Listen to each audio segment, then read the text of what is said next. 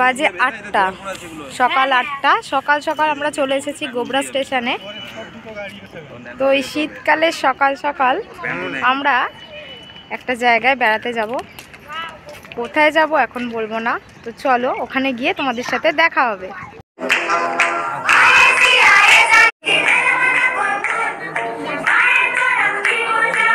আমরা হাওড়া থেকে মেদিনীপুর লোকাল ধরে সোজা চলে এসেছি খিরাই।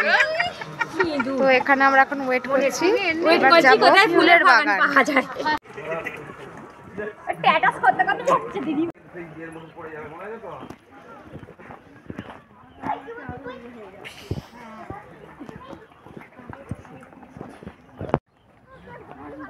এখন থেকে ছবিতে যাচ্ছে একটু ভাঙা তোরা নিয়ে ছবি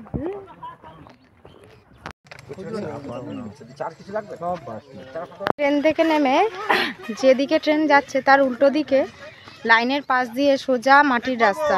লাইনের পাশ দিয়ে মাটির রাস্তা ধরে আমরা এগিয়ে চলেছি।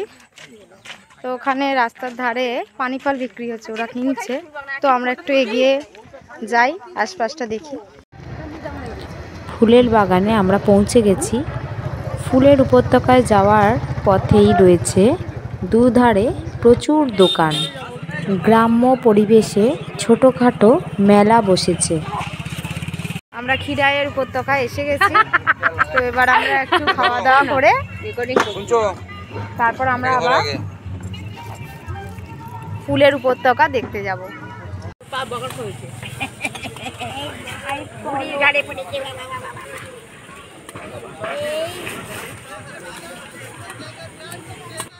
আমরা প্ল্যান করেই এসেছিলাম খিরাই গিয়ে ঝালমুড়ি ফিস্ট করে খাবো।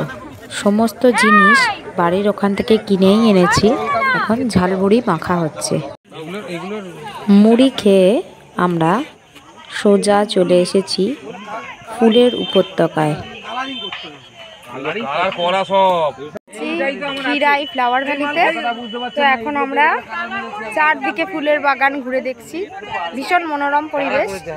আরও 15-20 দিন পর থেকে বেশি ফুল পাওয়া যাবে বললো, কিন্তু কি করা যাবে, চলে যখন এসেছি। তো এখন আমরা ফ্লাওয়ার ভ্যালিটা ভালো করে ঘুরে নিই।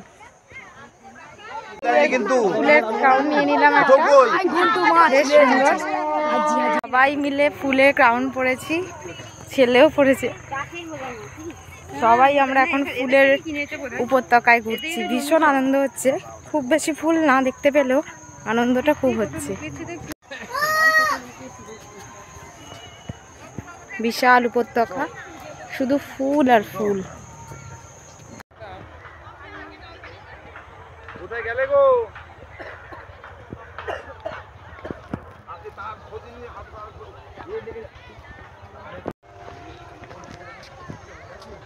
খিরাই ঘোরা আজকের মতো আমাদের এখানেই সমাপ্ত।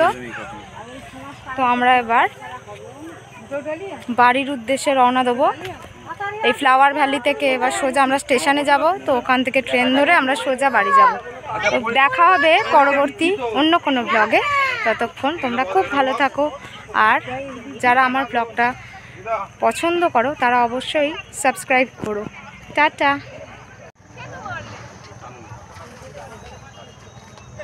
ওকে যেটা বলি সেটা উল্টো করে, তাই তো? ফুলের ক্রাউন ভাইয়ের মাথাতেও পরিয়ে দিয়েছি। এক রাশ মিষ্টি মুহূর্ত সঞ্চয় করে চললাম বাড়ির পথে।